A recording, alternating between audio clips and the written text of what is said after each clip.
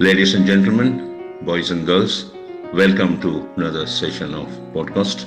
I wish and I'm sure you will enjoy listening to the broadcast. Doctor, other than sugar, what other carbohydrate products have you discovered or innovated?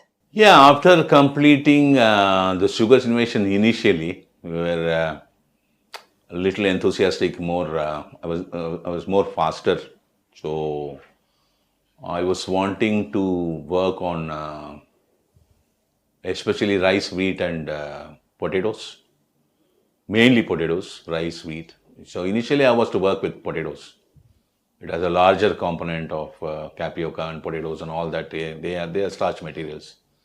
So I knew this technology is not going to work there, and I was wanting to do it, but and rice and wheat was my main target, including milk. So what I did, I started working on side by side. We were working on the salt because the intake of salt is a blessing and disguise situation for us. It has its own advantage, but more number of disadvantage because of the inflammatory part of the body getting increased due to salt consumption in our daily food and nutrition. Without salt, we cannot eat. So salt was the one which is highly doing the damage.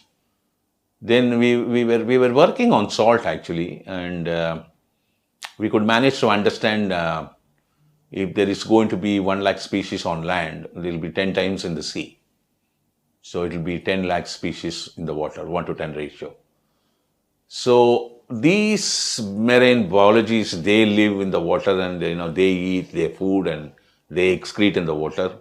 That most of it becomes toxic in nature. We draw the seawater onto the land and then dry the water by the sun and take the salt.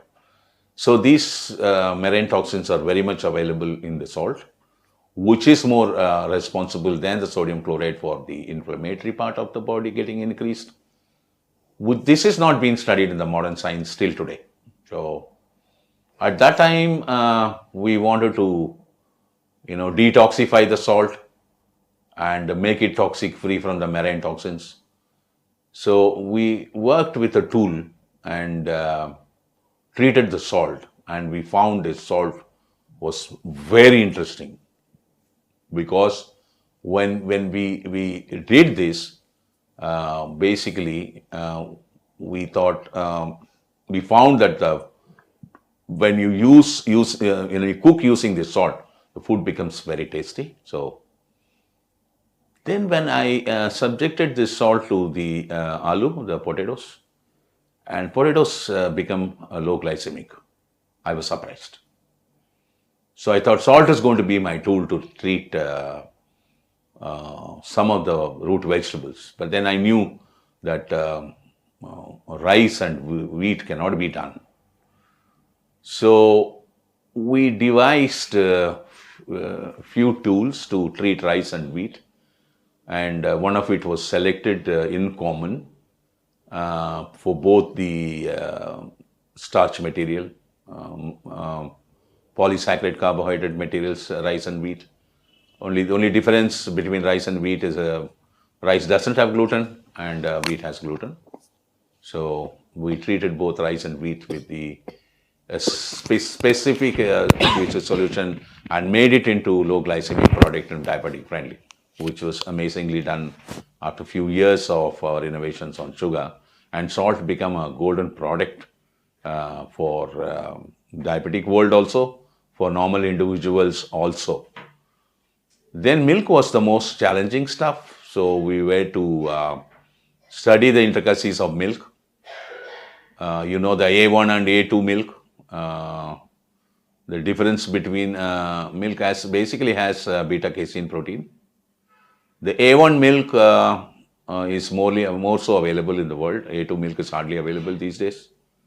The difference between the A1 and A2 milk in the beta casein protein, one amino acid in the range of protein is higher in A1 compared to A2. So you have to understand what is protein. A protein is a component which is a sequence of amino acids together forms a protein. So one amino acid was extra found in the A1 milk, which when you eat when it gets metabolized, BCM7 molecule is born.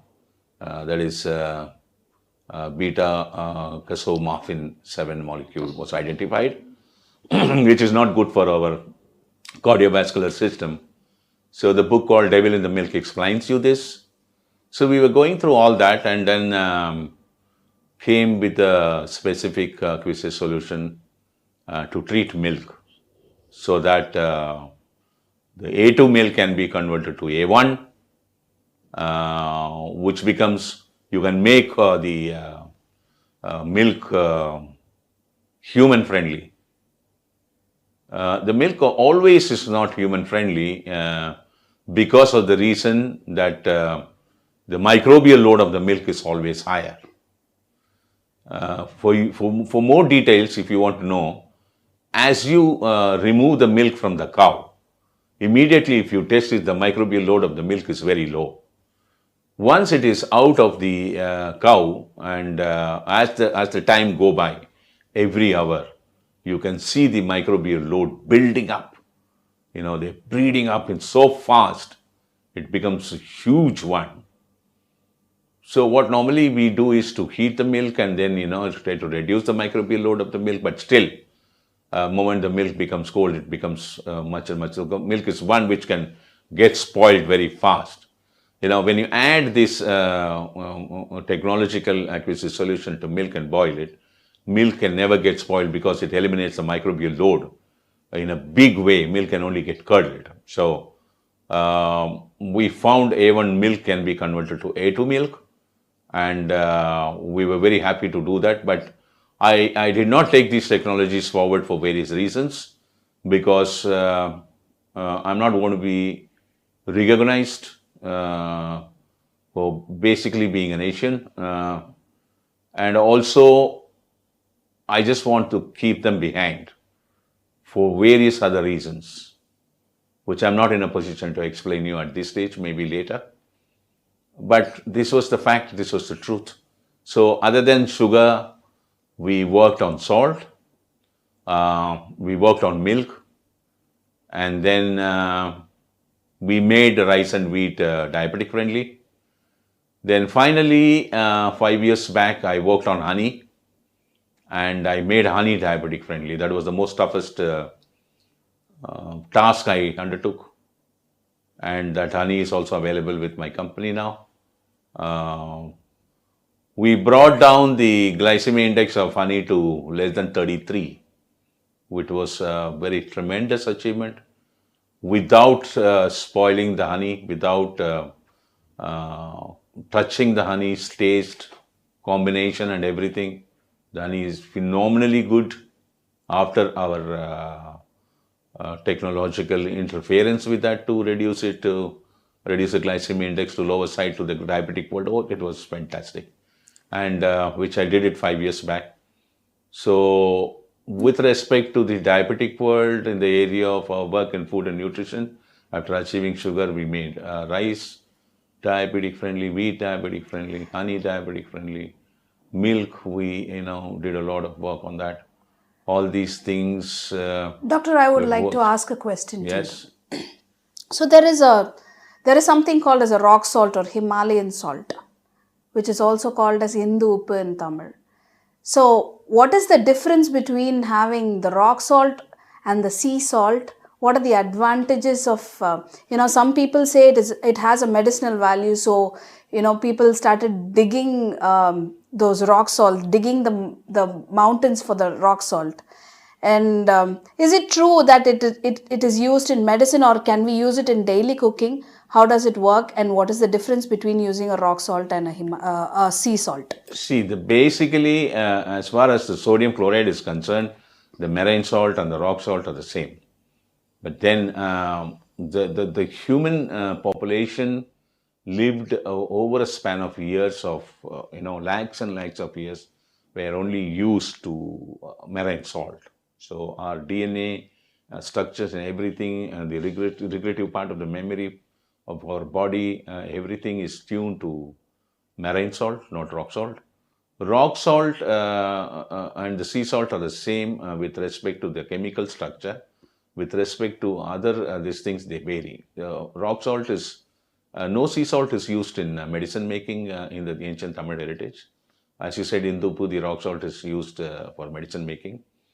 Whatever little understanding that I have gone through with my life experiences studying these areas of food and nutrition with respect to human physiology and biochemistry, connecting them to the ancient heritage and then the regression part of the human body and so on, I can confidently say that marine salt is the only thing that you should use in cooking.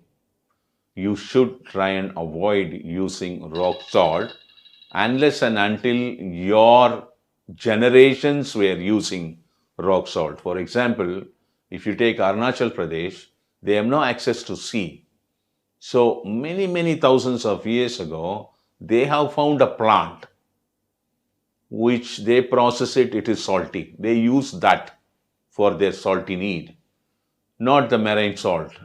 This must have been, they've been doing it quite some time back. And still they are using it because generations after generations after generations are using that. They don't give importance to sea salt. So since predominantly the human population have used the sea salt, the marine salt, you should stick to marine salt. And I would confidently say rock salt is not for cooking, it's only for medicine making. Thank you.